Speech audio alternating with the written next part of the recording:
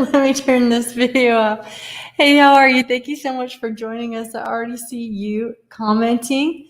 We're going to take just a second here to recap the last 4 night sessions. If you're just joining us, we're in the middle. We're in session 5 out of 8. We actually anticipate our sessions are going to get a little bit shorter. It's not because we're being lazy. It's because we're learning how to condense, and we've gotten some feedback saying you guys chat too much and take too many questions in the middle. So we're going to try to condense and keep those in. But we will still have a commercial break tonight with our friend Chad Reed, who will be joining us shortly. I can't wait for that personally. I know those are the reason. Those things wake me up in the morning along with breakfast cereal.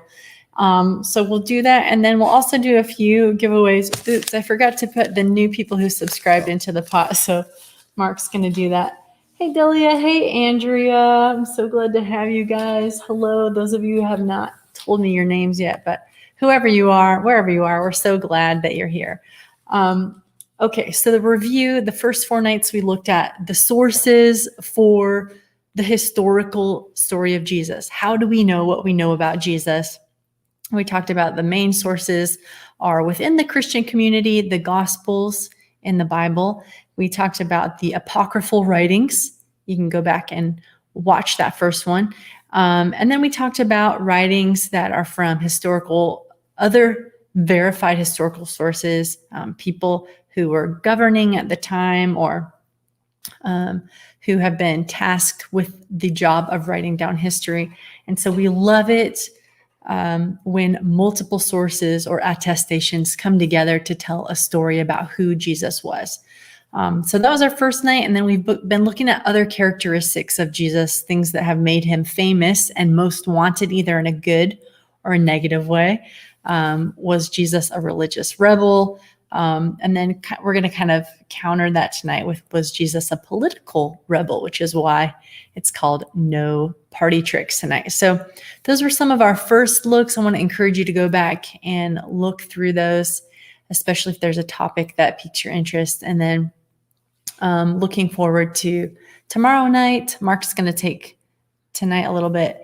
And then tomorrow night, I'm going to look at Jesus and his servant leadership, what we know about him from history, what we know about him from the gospel writers, and why he has been a source of inspiration for all kinds of religious and political movements across the centuries.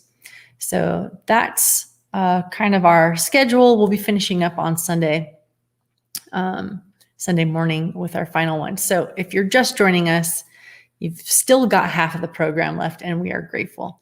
All right, Mark, I'm going to hand it to you. Hey, Mark Andres is watching. Good to see you, Mark. And I'm going to kick it over to you to get us into this perhaps controversial topic. I can't wait. Let's see what happens. All right. So I remember when we were talking about this topic, together, as far as the angles to take, whatever else, tossing back and forth different titles or angles to take.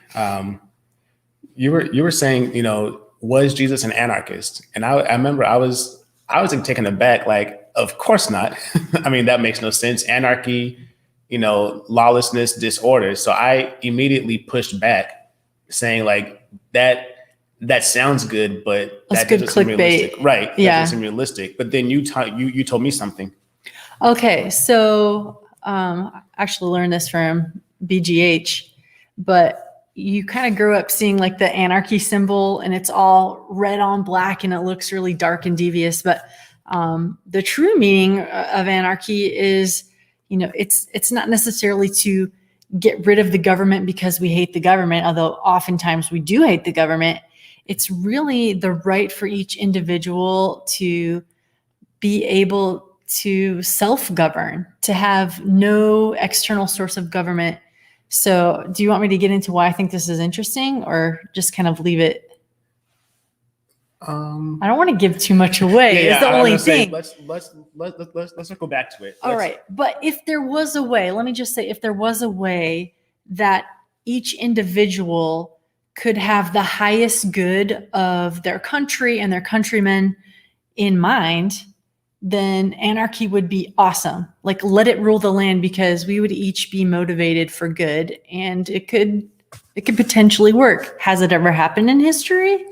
Is it legitimate to hope for that? I don't know, but that's what a lot of people mean when they are pro anarchy. Is not that they want to like slay every king or president, but that they are just tired of other people making rules that don't make sense, and they would like to be able to self-govern. Well, that I think kind of answers our question for tonight. So I hope you guys have a good one, and we'll see you. No, actually, I'm nervous because Mark Andres is on, and he is a history teacher. He and knows so I'm like, a couple of things. Yeah, just more than a few. So I'm like, all right, Mark, tread lightly. Judge us gently. But I said to say, Roman history in general can be divided into, I would say, 3 major periods as far as when we look back on it. The first one, as far as the monarchy that was traditionally founded in connection with the legend of Romulus and Remus. And that's in like the 750s, like before the Common Era. And then after that, the next major stage is about 250 years later when you have the Roman Republic. And then finally, we get to the Roman Empire. And this brings peace and order like no time before, known as, Amie, the long peace, the Pax Romana. Okay, so far we have not stumped Amie, but we are going to try to before this night ends. No, I'm super excited about it. Just learning about history was always one of my favorite things in school. Romulus and Remus is a good story, so I can't wait to see what you're going to unpack. Give me more. Well, in the interest of time, we can't really even get with the monarchy or talk about the Republic. But in a follow-up session, maybe we can get there. But all these times are tumultuous. There is really nothing. I mean, it's constant battles. Like Rome is learning how to basically govern, or how to really, put their best Roman selves forward when it comes to having a good government or a decent government, and one that's orderly and proper. And so by the time that we get to the Pax Romana, as Amie just said, it's a new day. It's like a time in history that we've never seen before, all kinds of peace. And so it's early in the reign of Caesar Augustus that it was early in his reign that he recognizes that there are 3 particular groups of Romans that he's got to kind of look out for or be mindful of. He's like, okay, those who are in Rome, we got the senators and like the equestrians. So, okay, like the higher ups, he was part of that group. You have the actual citizens of Rome, and then you have the soldiers of the Roman military. And so I just think it's interesting. I was just reading this randomly about like the consul or council, and how their job was to be all about, everyday, day-to-day, keeping things running. And then I was reading about another group, we won't get into it, but how there were some people, they were assigned the task to like halt everything, if there was insurrection or if there was worry, like they had a game plan. If there was a riot, these people were on it. And anyway, some stuff to learn from the good old boys of Rome. Yes, indeed. Carry on, my friend. So looking at that third group, the Roman military, those who served in the Roman army, they were offered monthly salaries, discharge payments. They even had the opportunity for full Roman citizenship, and they would be granted a land grant if they served 25 years or more. So genius. Absolutely. I thought we were kind of original with what we do. But like, that's so genius, because if you serve and you go take over some property, that might very well be your property down the road. It's Absolutely. Like you can get it in your mind's eye. And the more genius part was that these land grants, that they were often placed in key settlements throughout the Roman Empire, so that if there was somewhere, let's say a little ruckus might break out, you already have former soldiers who are aligned with Rome and who have their allegiance to Rome. And it's like, okay, hey, You've got a couple of retired people here, like, and so it keeps the whole empire in check as it keeps on getting further and further. It's like we have a key place right here of retired soldiers, key post right here, retired soldiers, and so it really was brilliant how they do this. Now, of course, to pay for all this stuff, heavy taxes, and so just gonna mark through this. They have Rome taxed like no other government beforehand. Do we know the percentages? Can we get any idea? Because off the top of my head, no. Like compared to us, Well, for those who aren't happy with our tax rates today, they don't really compare to what Rome was. Really? I would say so. I mean, Rome taxed heavily. Like they. I mean, some people are like giving up a fourth of their paycheck. Well, okay, so we're talking about rates, but I would say that we don't have to go there. I just wanted to know if you knew. Oh no, but I was going to pivot actually to when we talked before as far as when you're making nothing. Yeah. But that is a fair point. But heavy taxes. There's a thing called basically bread and circus because the people in Rome they would give us so much rice as far as to citizens that were actually within like I would say the country of Rome, whatever else. And so it was, I think once a month or so, people would basically come and get the stuff handed out to them. But of course, if you're handing out all these hundreds of thousands of pounds of rice, whatever else, that has to come from somewhere. That's what meant, taxing people abroad. I'm sure it comes from the benevolent wealthy. I'm actually going to talk a little bit about honor culture in my deal tomorrow. So that might tie back in. I think so. Bread and circus, because basically you could get food, you could also get the games, whatever else. It's dinner and a movie for us, pretty much. Yeah. And so it was known commonly, like I said, bread and circus, good time in Rome. But it also did benefit people further out, like in the outreach of the empire, because Rome didn't keep all the money right there in the heart in the capital. I mean, they put it around, whether it's for roads, like I said, to pay for the military, to pay for different things, to upkeep, to make people's lives better overall. Again, they kept the vast majority of it at home, but there were some benefits going abroad.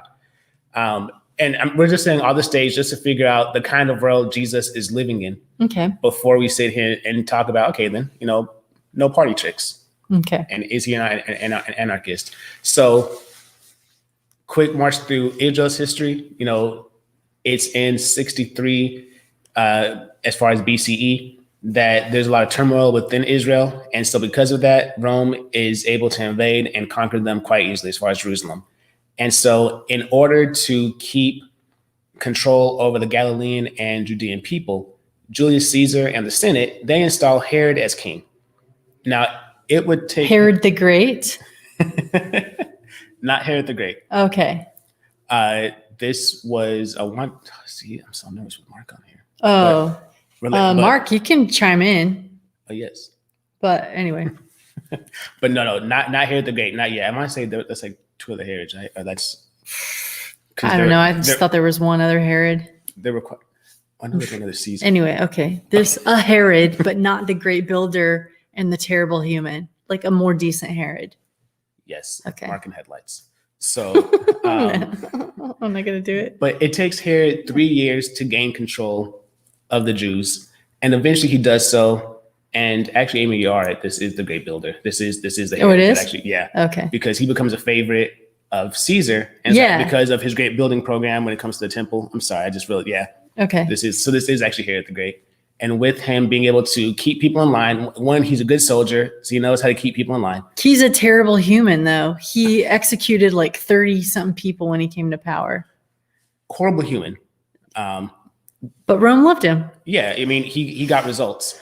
And they really loved him because he was basically a developer, as Amie said, a builder. Like, he could sit there. Like, he made the temple look like something amazing by the time he gets there. I mean, beforehand it was nice, but he made it look more Hellenistic in nature. Mm-hmm. And he's like, okay, we're going to put a little Rome on this thing and really make it come to life. It brought glory to Rome. It was a gem. It looked great.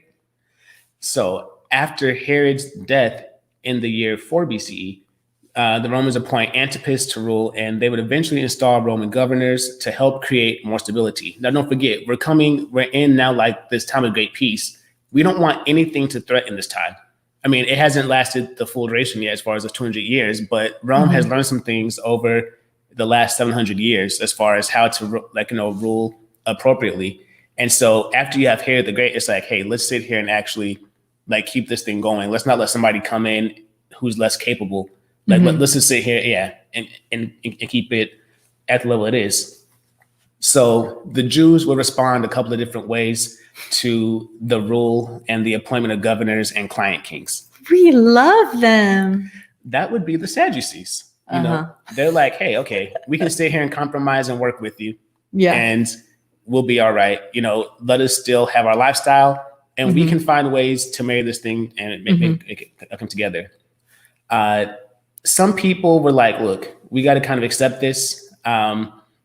They wanted to challenge Rome, but they're like, look, we're not built for it, basically. Yeah. You and what army? Right. We can be subversive, like, you know, and have like an undercurrent, but we can't really do anything. There are some people, a third group, who are like, okay, look, this is once again the reality. This is where we are. However, if there's like just direct injustice, like, okay, then we'll push back. And then there's a fourth group, the zealots. Oh, yeah. Fight at every turn. Absolutely. Like, yeah. It doesn't matter if we have an army. It can just be one or two of us. Like, it's going to go down. And so zealots are like, okay, look, we got to sit here and push back. And so as much as we said earlier, as far as Rome taxes heavily, but they also look to appease everybody as far as, hey, look, we'll keep the vast majority right here at home, but we're going to also give enough to people all around and, you know, let them enjoy some things, hoping to keep them appeased. But often people are frustrated because they're like, look, you're still taxing this pretty crazily. And also this just isn't a good system that works for us. And the Jews are amongst those people. And so like we said before, with the exception of the Sadducees, whose way of life probably improved with Roman rule and Roman law, you know, most people are dissatisfied. And so when Jesus comes, when Jesus is born, it's in the context of a people who have been dominated. It's in the context of a people that are under foreign rule, which is not new to them because they had been under foreign rule with Babylon, Assyria, Persia, and the Greeks, and now Rome. And so if you remember beforehand, the Persians had allowed them to go back to Jerusalem, but now it's just a different kind of exile. Right. Now they're at their home. Now the enemy's moved into their home. Right. Like you're still not, just because we're not in exile as it was commonly understood, we're still not completely free. Like we're just being occupied basically. Yeah. And this is where we get into three very different pictures of Jesus. And where you kind of want to figure out, okay, where does Jesus fall? Now, back to our sources question, like how do we know what we know? You're about to break down these different views. Do all of these views come from the Gospels, or do these come from outside of the Gospels? I would say the vast majority of these views actually come from the Gospels. Okay. And then there are different ways of reading Jesus' statements, or yes. Okay, cool. Some things in Josephus and some Josephus, but primarily I would say the Gospels. Okay. We've been talking about Josephus almost every night, but if you're new, I know there's several new people that got on over the weekend. Josephus was a historian who, when did he live? I remember writing it down, but now I can't remember. But anyway, after Jesus, but not much after Jesus. Right. It was close enough that he has a high level of credibility as far as. It seems like it was in the 60s or something. Offhand, I can't. Anyway, go look up Josephus. I'll look it up while Mark talks. So first picture of Jesus, and I hope that if you are willing to, that you can chime in with the one that you might think as far as the Jesus that makes the most sense to you, that you think, you know, is like, as of right now, where do you think Jesus falls? We have one picture of Jesus where he is a meek and mild carpenter, street preacher, respected teacher. And so Jesus, you know, he has a good reason to remain apart from the politics of his day as far as Rome and the Herodians and, you know, and then the different factions that we already discussed within even Judaism.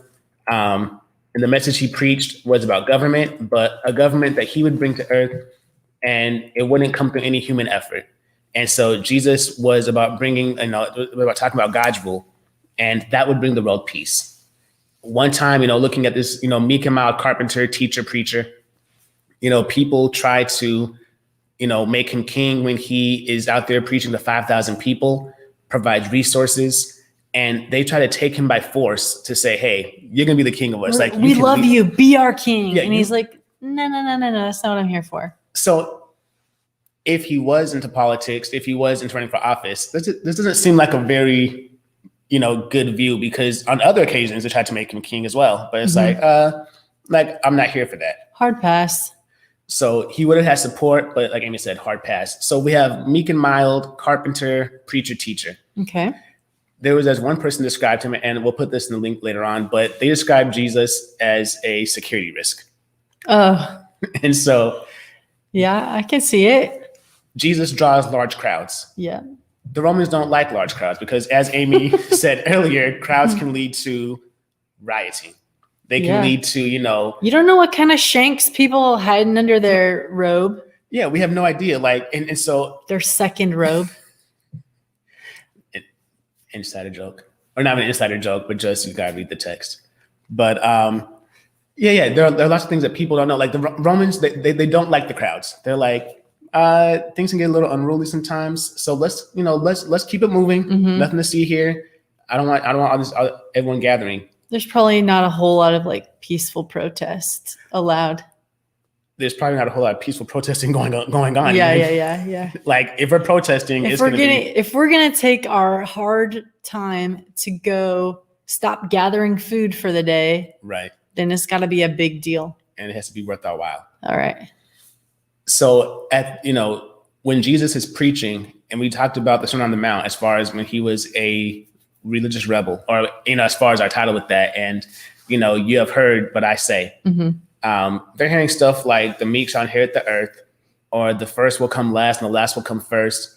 And this would sound pretty subversive to if there were any Roman agents. Right. So they're mostly in this view, people are thinking that it's because he draws crowds, not like him himself, right, that he's trying really hard. Just that, okay, very interesting ideas. What does he mean by the meek?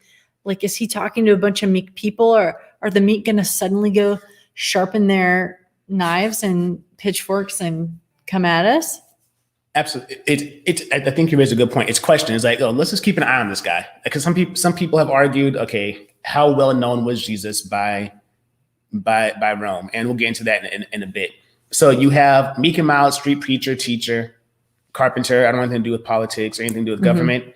You have, hey, let's keep an eye on this guy because he also, he runs with a guy who's a zealot named Simon.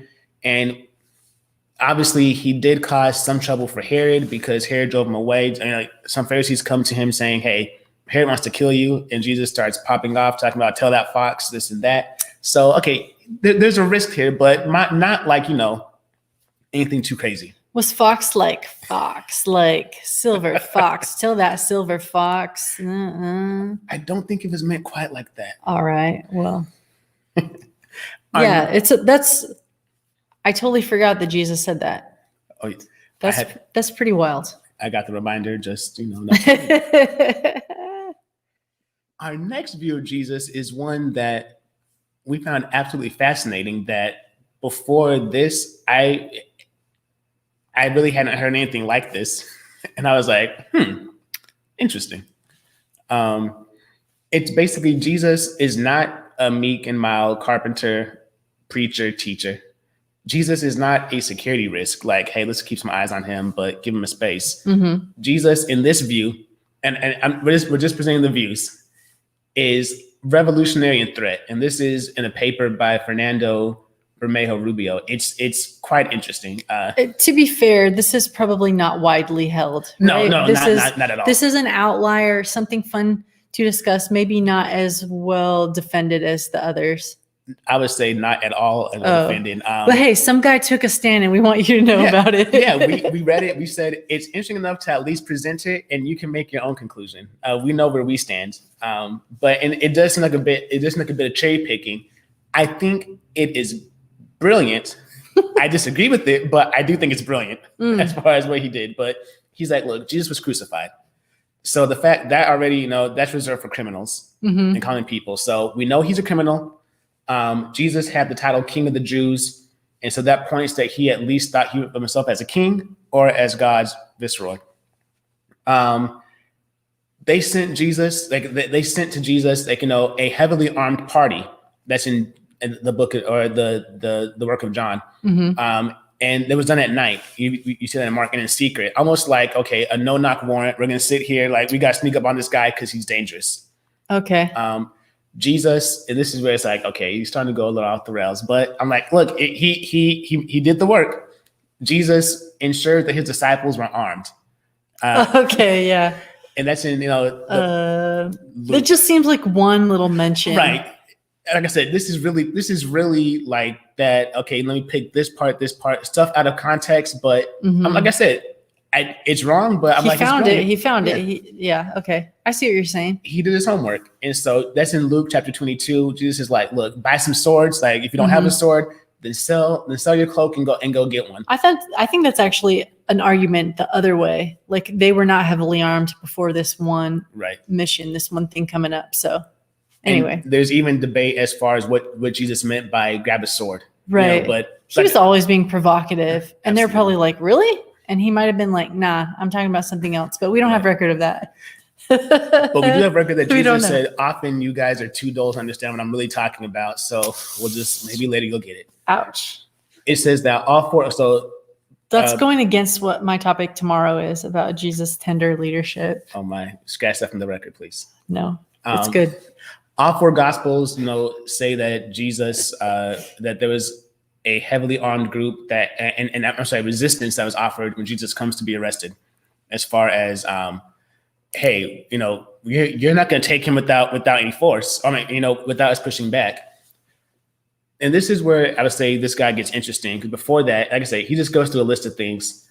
He says, as far as at the top of what's described as the Passion Week, or most people understand, like Jesus' triumphal entry, the way he rides in on a donkey, he's like, this is completely like messianic undertones, and this is super political. Like no one's like, and the fact that this was prepared by Jesus, and that's what we have as far as a record, that this was purposeful. It wasn't like happenstance, but he said, hey, you do this, you do that, and we're going to sit here and have all eyes on me and then make our way. Yeah. And we talked about this before as well. We don't actually know history, or history is not just what happens in the past. Right. We know a very small amount of what happens in the past, and we are relying on different sources to tell us that.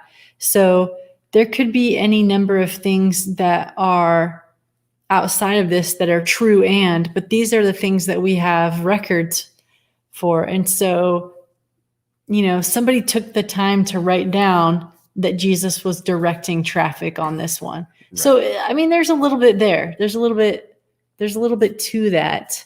Out of all the things someone could have written down, they chose to say Jesus was intentionally, telling people how he wanted to enter this. There seems to be some optics there, some desire for PR. I think that's a fair statement. Well, thank you. I'm the judge, I guess. I am so sorry if I'm cutting you off. Tell me if you want to keep going for a minute, but Chad Reed says he is ready to do the commercial. Chad, can give you 20 seconds, and then let's hop to a commercial break. Oh, yeah. He says 20 seconds. Okay. Amie says, Mark, whenever take 20 seconds, he's way too long-winded. He's already taken 20 seconds just to ask for 20 more. So Jesus' promise to his 12 disciples, or to his disciples that we understand to be his closest followers, that, hey, one day you're going to sit on thrones and you're going to judge Israel. And so Bermejo makes an argument that, okay, who? This was the individual who this paper comes from, okay. Fernando Bermejo Rubio. Okay. But he's saying, okay, then, well, this implies then that they're going to be ruling over people, and that the people who are currently in charge will somehow disappear. So he has a whole bunch of other stuff, but like I said, it's fascinating. It's interesting. It is brilliant.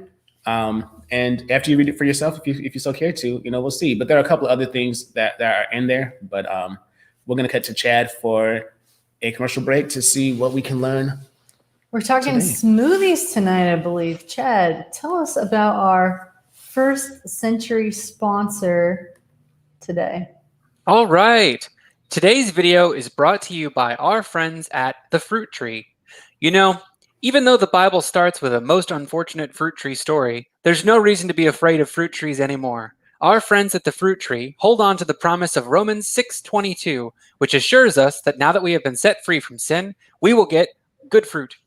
The Fruit Tree is the best place to get a healthy organic smoothie in the Bay Area. They make all of their smoothies from local, organic, fresh gathered fruits and veggies. Their smoothies are made with no added sugars, preservatives, or artificial flavors, and they still taste amazing. And they make almond milk too, sourced from happy, free-range, humanely raised grass-fed almonds. And get this, they sell all of their products in glass jars to help the environment by reducing plastic waste. How do you get your hands on these magical products? Keep an eye out for them in farmers markets locations across the Bay Area. Or place an order online and they will even deliver to you. The best way to place an order is to invite a prophet of God over to your house and bang arrows against the ground until he's satisfied that you'll have good luck. Then place an order online at www.thefruittree.co. Careful, that's .co. Only 2/3 of a .com. www.thefruittree.co. But you can also place an order over the phone at 510-833-6085. The Fruit Tree. By their fruits, ye shall know them. Oh, Nice. Thank you so much, Chad. All right, everybody. Before we get back to Mark, I wanted to pop a couple of fun comments up because Alondra wanted to know how the Roman taxes compared to California taxes. I'm guessing they sound right about on. And then Maria says, wash hands, but I can't figure out what that's in reference to. Marina, catch me up. Mark liked it. He says it was clever. And if Mark Andres thinks it was clever, it was clever indeed. Mark, you'll love to go back and watch all of them. All right. Thanks, Chad, for that commercial break. And now back to our regularly scheduled program. So, when we get to the time that Jesus is basically, born, living, interacting in the world around him, we know already now it's in a time of Roman rule. We talked about that already as far as like the Romans, like they've got this thing on lock and they're not going to let anything or anybody undo it. If there's an insurrection, we're going to put it down. There's rebellion, we're going to take care of it. And so we have our three views of Jesus. And I would love to hear from you, which view you mostly align with, whether it's meek, before we go any further, meek and mild street preacher, teacher, hey, I'm steering clear of all these things, politics, somebody who's kind of, hey, there's some there, and let's keep an eye on him. Mm-hmm. Or if it's like, no, this guy has got to go, which ultimately leads to, a death warrant, whatever else. That's just crazy because if, we know who, I don't want to steal your thunder, but we know how, look, guys, I'm just trying my best. And sometimes I'm a deer in headlights. I can't figure out what to say first and not rob Mark of his points, but we know that this is flow. We know that Jesus died, was crucified. And either it was a big misunderstanding if he was the meek and mild guy, it was either a huge misunderstanding. And I wish we could go back, overturn the court case and get some damages for his family, or there was something there that really did threaten man's view of government. So I'm curious to see what people say and where you're going next. All right. So we know that Jesus comes preaching about, the kingdom of God, and he demonstrates over and over again how eventually, that this Roman thing won't be here. Now, some people took that to mean, hey, in a couple of days, it's over. Some people have taken that to mean, hey, there's something bigger going on, mm-hmm. something that's not just, this worldly, or that's just right here as far as being imminent. We see that Jesus does push back, that Jesus does, we saw it when it comes to the different structures. Let me walk this back. Jesus, I think, regularly would push back, if not against Rome directly, against structures and systems that were enabled by Rome. Whether it's, things that have been corrupted within the religion as far as Judaism, or if it's like things going on around like, hey, there's a better way we can do things. So Jesus often was like, hey, he doesn't appear to be somebody who's just like, well, let's go along to get along. Mm-hmm. He also does not appear to be somebody who is, hey, we're going to sit here and fight tooth and nail over every little thing. But we have enough instances from the most reliable sources we talked about already, as far as like, hey, there's generally some pushback and some like, oh, wow, that was kind of like the way that was phrased. I can see. I like what N.T. Wright says when talking about this. He was saying that Jesus challenges the socio-political norms that were the result of Roman rule, while still demonstrating that God's people are called to learn to live within the governing systems, while holding such to God's high standards and confronting them in the face of injustice. So basically, the stuff that's allowed by the stuff that's enabled, we'll deal with it. And we still have to push back against things that are wrong, but we got to do so in a way that people can't be like, hey, you're completely doing way too much. Like, don't take away from the message what you're trying to do. Looking at one of the most famous, I would say texts, readings, whatever else that we have when it comes to Jesus and politics, or Jesus and, government, Jesus and taxes, it's found in the work of Luke, and it's in what we have described as chapter 20. And Jesus is approached one day, as Luke tells it, he's teaching in the temple, and he's asked whether or not it's lawful to pay taxes to Caesar. And the answer he gives is a famous one. And I'm wondering how many people, Amie, what answer does he give to the people? I don't want to say. He says, go ahead and pay your taxes, which is funny to me because I'm like real interested in this sovereign citizen movement. I don't mean to stir the pot like way beyond what we're trying to today, but who wouldn't like to pay taxes? Who wouldn't like to, get pulled over for a speeding ticket and just be like, I'm my own country, and so I take care of my own taxes. Some of those things are appealing, but they're silly. Like, they don't really work out in real life. You are on this land. So anyway, that's I'm sure not what everybody was hoping Jesus would say. And he says pay your taxes, but he says it in a way that sometimes we miss it, I think, looking at it as some professors would say with Western eyes or whatever else, saying give to Caesar what is Caesar's. What if it means only what is Caesar's? And there you have stolen my thunder. See, this is... Sorry.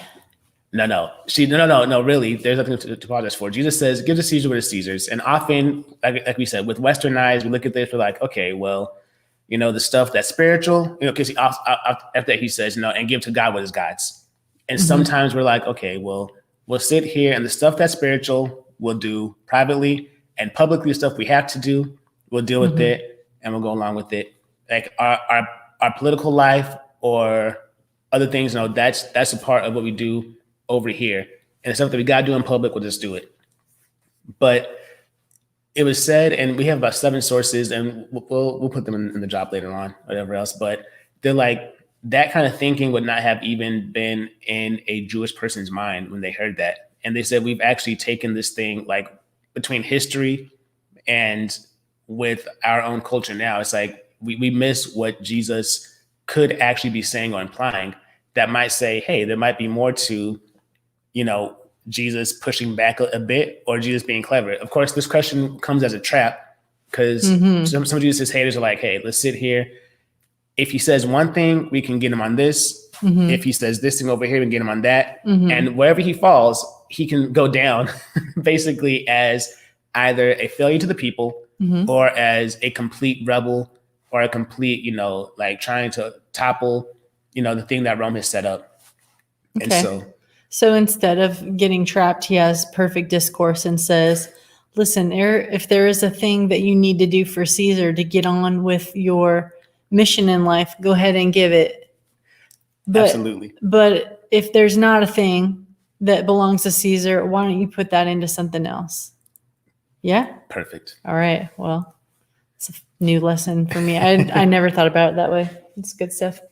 Amie has hinted at this already, but there are three things that they're saying that, and it's not a preaching thing, but there's three things that came out as far as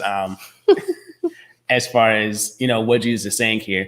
The first thing, as far as for a Jew who would actually observe or let their life be governed by the Torah, it would have been illegal to have a coin with a graven image, such as the coinage of Caesar. And so, not to mention, on those coins, there was a divine inscription, like, giving him like the role of a deity. And so, on one hand, it's like, well, what are we going to do? Like, we're a dominated people. This is the currency of the day. So, are you telling us basically not to function? So you got two options. And so Jesus says either you can pay the tax and compromise. So they give Jesus two options. Basically, so are we going to pay the tax and compromise the kingdom of God, this thing he's talking about, and that's what we're going to close with? Or are we going to tell them, hey, don't be obedient to Rome?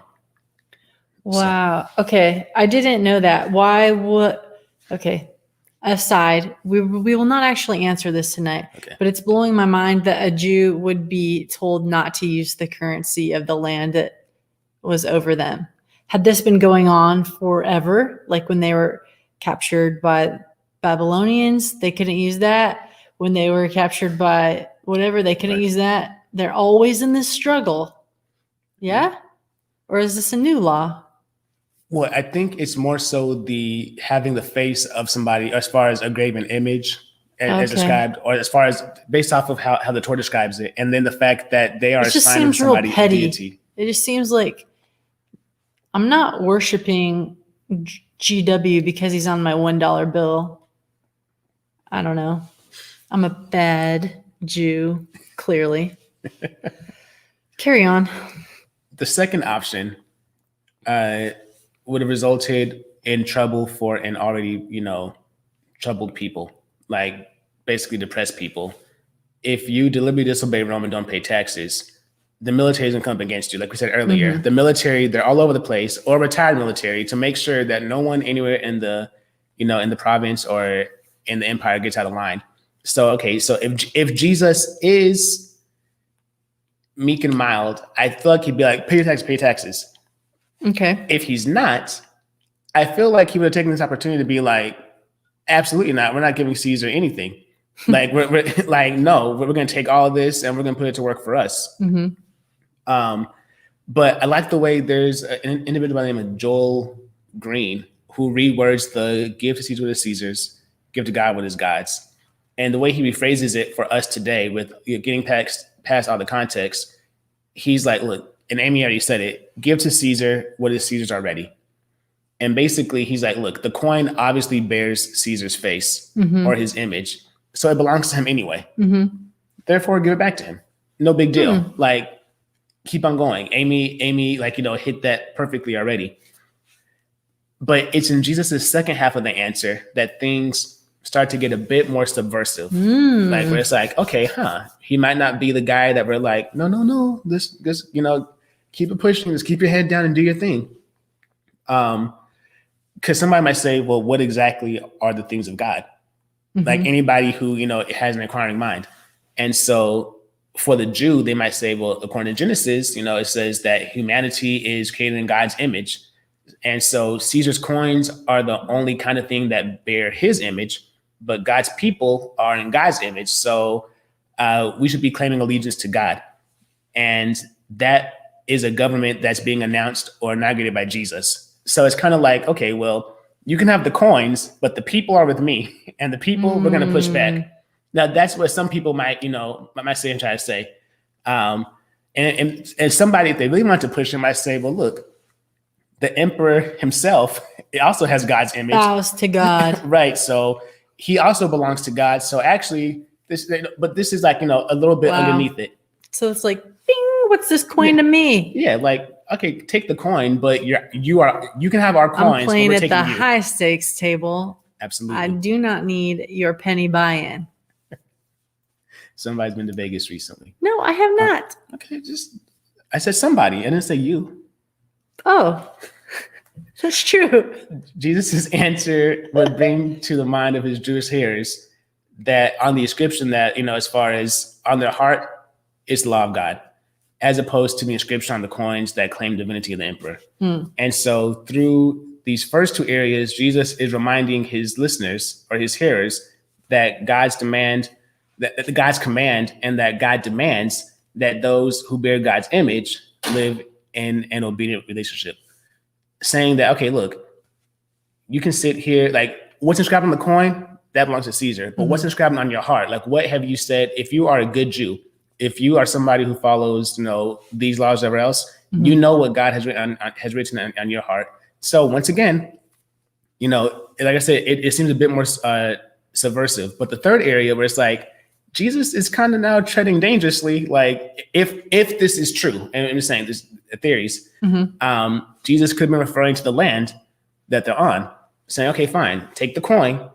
But this land that we're on now is Israel's, and basically it's God's, and it's just been overthrown by enemies. So actually, let's take the land back and let's sit here and keep this for ourselves. Oh, wow. And so, when you read it, it says, hey, they didn't know how to answer or respond to Jesus because, it says they couldn't make sense of his answer. But not because it was nonsensical, but because it had at least three different interpretations. Oh, yeah. So they're like, what does he mean? And according to how we read it or how it's given to us, he doesn't say enough that can be like, okay, that's it. Hem him up and take him, even though later on he's lied on saying he says don't pay taxes or whatever else. But it's enough that basically it's not the people here they want to hear, but it's like the people that are actually thinking and actually being genuine. They're like, okay, there's a way to function or a way to get through this thing without, just being a pushover. And also not without, like I said, fighting tooth and nail and making everything a battle. Amie and I were having a conversation yesterday, and it was ultimately and later on when it comes to Jesus and government, as far as, when he's being interrogated and it's like, my kingdom is not of this world. There are all kinds of things, but sometimes Jesus found a way to navigate the political scene while still staying above the fray. And ultimately it's like, look, what I'm here to do is so much bigger. And this government I'm here to establish, it's not to overthrow Rome. It's not just to sit here and put, the different people within Judaism, in the right places or else. Like it's something otherworldly, so much bigger. And it's almost like us today trying to say, if Jesus was here, Jesus would be a member of this or that party. And it's like, Jesus is like, no, you're thinking too small if you think that's what I'm doing. If you think I'm here just to overthrow this government, but then support that government, or sit here and have an undercurrent with this government, you've got the wrong picture. And Amie was saying something yesterday, and actually beforehand, just as far as what Jesus came to talk about, and the offer was so much bigger. And we even talked about it initially at the top of this, as far as the government, that as far as a sense of freedom or a sense of, okay, loving for others when it comes to what anarchy really is and what it attests to. Yeah, so this is where kind of my, Christian upbringing and roots will show. This is where, I have to say hard stop on being able to be objective, because I know different people interpret the words of Jesus in different ways. But when I read the Bible, it seems like what Jesus is saying to me is that no kingdom of man is going to last. No party of man is going to last. And that he is looking to, like you said, an otherworldly, but we use that just to toss around like, oh, that was so otherworldly. That was so far out, as the, hippie generation said, or whatever. Like people say that, but he seems to actually mean it, that he has something coming that will obscure even these grandiose things that Rome was able to do, even the most amazing government control. he's saying like, I have something else coming. And I'm just going to reference you guys to Daniel chapter 2. If you haven't read it or studied it, read that. You'll see maybe how it applies to what we're talking about. How what Jesus may have been doing is referring to some ancient prophecies of a deliverer of mankind. So that's where it gets more religious. So we are not going to cover that, but I do want to whet your appetite for it a little bit if you're watching at home, and you'll okay, what is the manner of kingdom that Jesus is talking about setting up? Is it political? Is it spiritual? Is it a combination of both? And what appeals to me about this anarchy concept is that if every single person had a desire to rule themselves with complete love for mankind, complete love for another, always putting other people first, you could have anarchy. You would not need a government. Laws would exist, but they would be laws that you knew in your heart and in your mind, and you would be able to run perfectly off that. If every action that you chose to do was, how can I demonstrate love in this situation, we would have no need for, a branch of government. So anyway, that's my comments. We'll love to see you guys chime in. Hey, if you guys are registered, I sent you a link to get into our green room. It's just kind of backstage. Would love to have you on. A comment, a question, just say hi. It'd be fun to have a couple of you show up on here. So we'll give you a minute to get over here, and want to churn some announcements out for you. Did you have any closing comments or other comments before I did that? Oh no, I was gonna mention some of the resources used tonight, and because later on when we could do our sorry, I forgot the drawing, but we want to give away a couple of books tonight, and I don't know what they are. Mark barely knows. So we have Render to Caesar, Jesus, the Early Church, and the Roman Superpower, Christians and Roman Rule in the New Testament, New Perspectives. We have a book.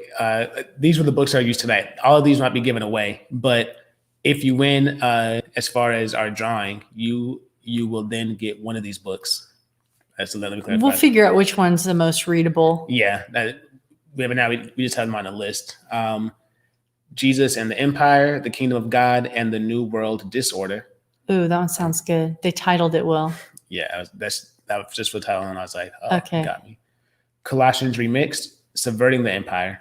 Ooh. And then there are a couple of other articles that were touched on. But those are the things that helped shape the thinking for tonight. And so as far as our drawing, we'll see what people come away with. All right. So we're going to give away a book, and I don't have it with me tonight. I accidentally left it at the house, but I want to give a little spa package away. Got one of those nice little terry cloth ties, some pore cleansing strips, and one of the little I don't know. They're supposed to clean your pores out. I haven't tried it, but the girl at Marshall's told me it was great. All right, Mark, hit me with 2 or 3 names, however many you feel.